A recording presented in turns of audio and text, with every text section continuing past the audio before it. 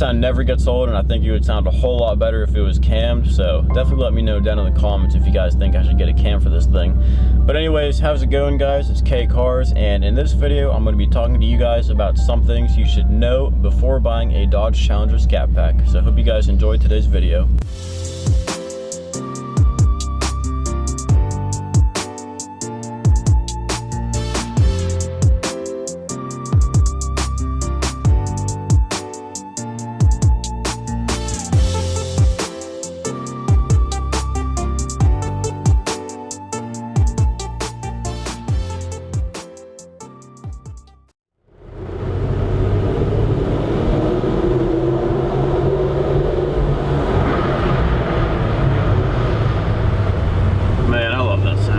Guys, so like I said in the beginning of this video, I'm going to be talking about stuff you should know about the Dodge Challenger Scat Pack before actually buying one. If you guys are looking at getting into a Dodge Challenger Scat Pack, this is definitely the right video for you to watch. The thing that I want to start with is actually the sound of the Dodge Challenger Scat Pack. In the morning, every time I start this car up, I actually kind of feel bad for my neighbors. Now, they haven't actually complained to me yet, but if you're going to be getting a Dodge Challenger and you have neighbors that don't like you, then you probably shouldn't be making it loud, because this car will most likely wake up your whole neighborhood. Now, if you get a setup like I currently have long tube headers, catless mid pipes, and a mid muffler delete. That's the exhaust setup on this car. So if you get something like that, you're probably going to be making some of your neighbors mad. Now, if you have nice neighbors, then obviously you don't have to worry about that. Just something to keep in mind if you are thinking about getting a Dodge Challenger Scat Pack. Now, stock, the exhaust on these things really isn't too loud.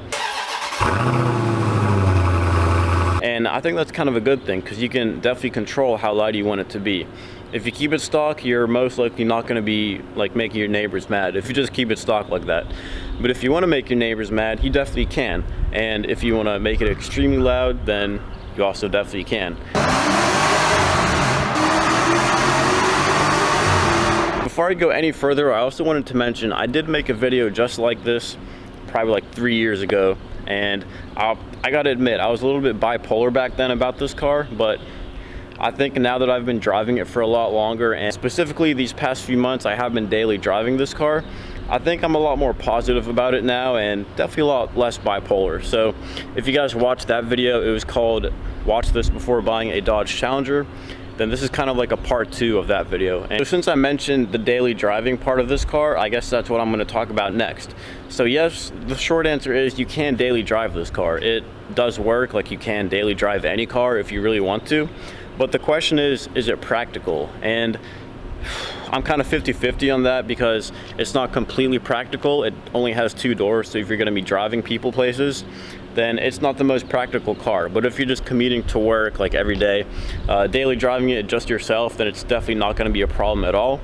The only thing that I would worry about is the ground clearance. So maybe if you're driving around an area with a bunch of potholes, you just have to be more careful. And guys, I will admit, I am one of those people that drives this car like a grandma around the city.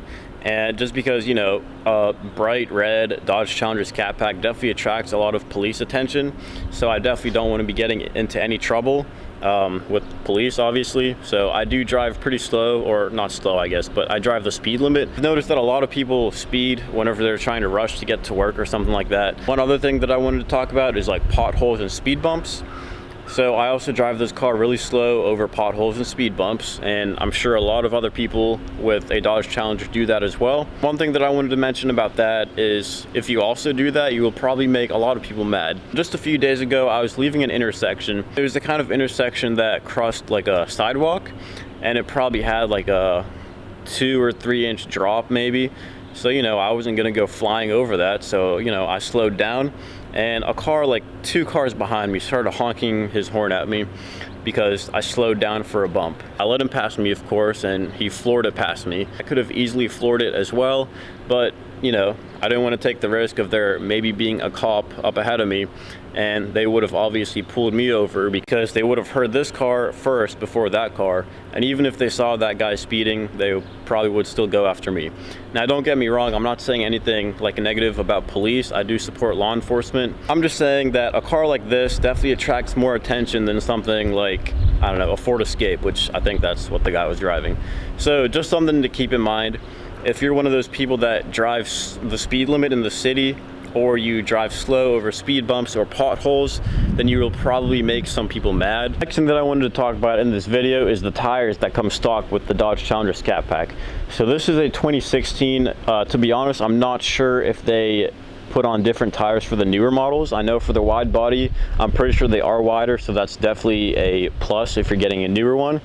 But for the 2016, this thing comes with 245s on all 4 tires. That's not even close to what you need to support this power. So from the factory, it comes with 485 horsepower to the crank, which is about 422 to the wheels. At least that's what this car dynoed. And at that power level, you really can't put it down. Whenever I did a second gear pull in this car back when it was stock, it still slipped a little bit in second when I rolled into the throttle. So if you actually want to race on the stock tires, I would recommend not doing that. Either that, or you would have to start in third gear, which in my experience, that's what you have to do. I'm not saying these are bad tires. They've lasted me 4 years, and I definitely should probably get them replaced soon. But I mean, they're not like bald or anything. They still have some tread left, but they definitely need to be replaced soon. I'm thinking wheels and tires maybe, but I will talk about that in a separate video. So you guys will definitely see what my future plans are for this car with the wheels and tires. But anyways, the 245s, I think they definitely are way too thin for this car. I think they should have put 275s on the Scat Packs and maybe 305s on the Hellcats for the 2016 year. I'm pretty sure they did fix that for the newer models, so that's definitely a good thing. Another thing that a lot of people like to talk about with these cars is the weight. That's why it's called the boat. Pretty much everyone calls these cars the boat. This, the Scat Pack does weigh 4,200 pounds. I believe the Hellcat weighs a little bit more than that, which is really heavy in my opinion. Weight really isn't that big of an issue. Like, it can handle turns. Obviously, it's not gonna handle as good as like a Miata or a BRZ. It's made to go in a straight line. It's not made to handle turns. Straight line racing is where this car performs best at. Would it perform better if it weighed less? Of course it would. I mean, power to weight ratio, less weight, the same power, then, you know, a better power to weight ratio means better performance in a straight line. But I really don't think it's that big of a deal. You can make it lighter, you know, just take out the rear seats, take out the door panels, stuff like that. I know people do that with these Challengers if they race a lot and stuff like that. And I'll be honest, I have, like, instead of taking weight away, I added weight to this car. I put a diffuser on this car and some other cosmetic stuff, which, I mean, I think it's worth it. I think it's worth putting on the extra weight just to add some looks. I think it looks really good. But anyways, the weight really isn't too big of an issue for me. You can always take weight away from a car, like I said. Going back to the whole handling thing about this car, it actually does handle surprisingly well for what it is. Now, I have taken this car on, you know, back roads, twisty roads, and it's been really fun. I mean, it's fun to take this car on twisty roads, even though it is a boat and it doesn't handle as well as a lot of other cars, but it's still a lot of fun. And like I said, it does handle a lot better than most people say it does. The thing that a lot of you are probably wondering is the fuel economy. Now, I'm not too worried about the fuel economy because it's a muscle car. It's not made to get good fuel economy. I will say it's a lot better than most people would expect. Now, from the factory, this car does have MDS, which stands for multi-displacement system. It's basically their cylinder deactivation system. So whenever you're not hard on the throttle, it'll run on 4 cylinders instead of all 8. That way, the fuel economy becomes a little bit better, but it also sounds a lot worse. And this car does not have that MDS anymore because I got it custom dyno tuned by OST Dyno, and that actually took out the MDS system. So I really did not notice any kind of decrease in fuel economy. That's probably mostly because I don't pay attention to it. But I will say on the highway, I have seen numbers all the way up to like 22 miles per gallon. I know a lot of you guys are probably saying that's terrible, but if you're getting a Dodge Challenger Scat Pack, you're probably not going to be getting it for the good fuel economy. And if you are, then you're probably getting the wrong car because it's not really that great with fuel. But the experience that this car gives you definitely makes up for the fuel economy. And like I said, the fuel economy really isn't that bad to begin with. Around the city, it's maybe 15. So, I mean, it's not the best. But like I said, the experience makes up for that. If you guys are thinking about getting a Dodge Challenger, then you probably definitely know that it looks awesome. Now, just looking at it straight on, this is probably my favorite angle of the car. And also, I'm going to show you guys this picture that I took last night. That's definitely my favorite angle of the car, especially with those halo headlights. It definitely has a lot of road presence. You definitely know it's coming down the road when you see those two halos, and it's amazing. Especially if you get like a super loud exhaust, like, you know, long tube headers, callus mid pipes, mid muffler delete, you can definitely hear it and see it coming down the road. And like I said, it's awesome. Like, it has a bunch of road presence. I already said that, but that's part of why it weighs so much too. But like I said, the look of this car makes up for the weight, the same way the experience makes up for the fuel economy. So there are trade-offs with this car. You just gotta make sure that those trade-offs are right for you, and they definitely are for me, because I love this car for the experience and I love the looks of it and pretty much everything else about it too. I guess since I did say I do love pretty much everything else about this car, you guys are probably wondering what's the one thing that you don't love. Now, I have been thinking long and hard about what I don't love about this car, and I really can't think of like anything significant. But what I did come up with is that I don't love the fact that it came with 245 tires stock from the factory. Now, obviously that's not such a big deal because you can easily replace the tires. They are expensive, but you can replace the tires. I believe the widest size they recommend for the stock rims are about 265s.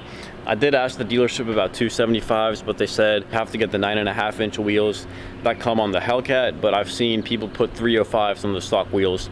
So I don't know. I know that's a question that a lot of Scat Pack owners have. I guess you just gotta use other people's experience to see what's right for you. Like I said, I might be getting new wheels and tires for this car sometime in the future. I definitely would love to get new tires, especially for the rear.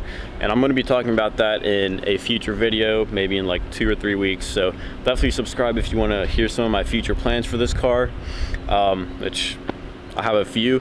So if you want to know about those, definitely subscribe so you don't miss that video. I know there hasn't really been much action with this car on the channel recently, so that's why I kind of wanted to focus more videos on this car and also, you know, talk about some future plans for mods that I have with this car. And in that video that I talked about, I'm also going to be talking about future plans for the Jeep that I have.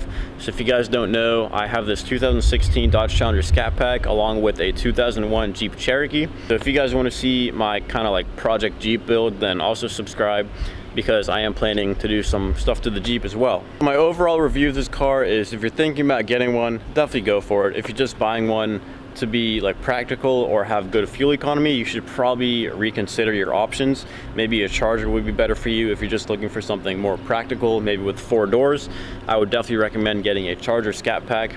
If you're looking for something with better fuel economy, then you probably don't want to get something with a V8. And if you still want to get like a Charger or a Challenger, then I don't know, maybe a V6 would be right for you. I'm not too sure what the fuel economy is like on those, but I'm pretty sure it's better than the V8s. Guys, that's probably going to be it for this video. If you have anything you would like to add, make sure to drop those down in the comments. And if you have any questions at all, also leave those down in the comments. And if you have any suggestions for videos you would like to see in the future, also leave those down in the comments. And if you found this video informative or entertaining, make sure to like, comment, and subscribe. And as always, thanks for watching.